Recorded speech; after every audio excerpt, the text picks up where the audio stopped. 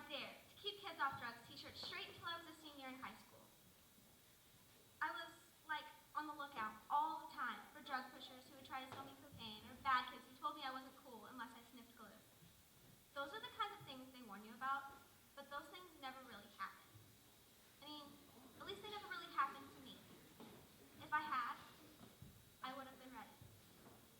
But then in my senior year of high school, it was Thanksgiving break, and I was hanging out with these guys who had gone to my high school and graduated a couple years before I did, Shane and Toby's roommate Max, in their dorm room. And you have to understand, I was totally in love with Shane. He had gone away to school in Portland, and I hadn't seen him in 3 months. So I go over to Toby and Max's room, where he and all these other people are hanging out, drinking, and just catching up. And at first there's like 10 people there, but eventually things start to wind down, and it's just 3 guys and me. And they decide to do drugs. They didn't peer pressure me, they didn't do anything of that sort. They just asked me if I wanted some, and I said yes. I was so clueless. They laughed at me while I was trying to light it and breathe the right way. Those are the kinds of things that are so tiring.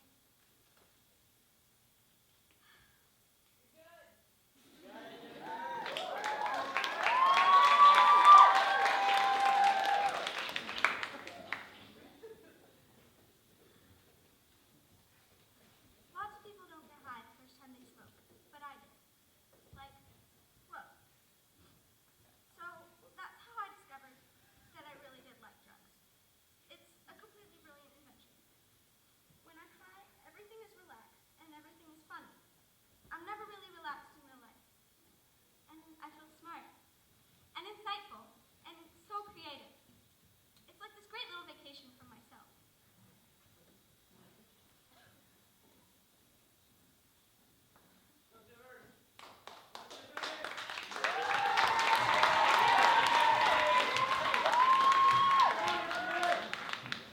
Anyways, Jody said mushrooms would be the same experience except with some hallucinations.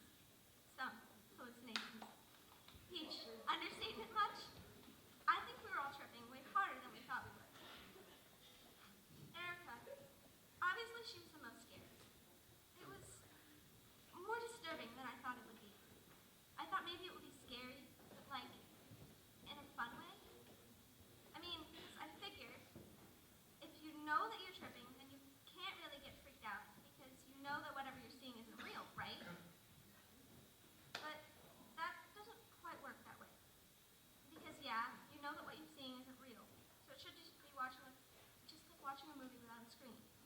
But sometimes it doesn't matter how much you know it isn't real, you still feel that it is. You believe that it is, even though you know better. Because tripping, somehow, makes completely impossible things seem somehow totally possible, and even likely. And that's really amazing and mind-expanding and wonderful, except when it's not. Look, believe me, I really wish I could help her. I wish I knew what happened. She was right there, and then she was just gone. Disappeared like a magic trick. I really don't know what happened or where she is. Jody didn't do anything. She was with me, chasing imaginary cats. Erica was our friend. We had no reason to hurt her.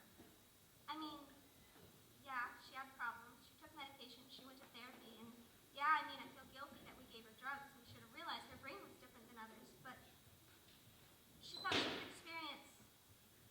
How do you say no to that? How do you say no to someone who wants to do something crazy because they think it might help them? How do you say no? I don't really know how bad it was. Maybe it was really bad for her. Maybe she did something to hurt herself. Maybe she couldn't deal with what she was seeing. Maybe it sent her over the edge, but maybe she's not. Maybe she just ran away. Maybe she's out there somewhere.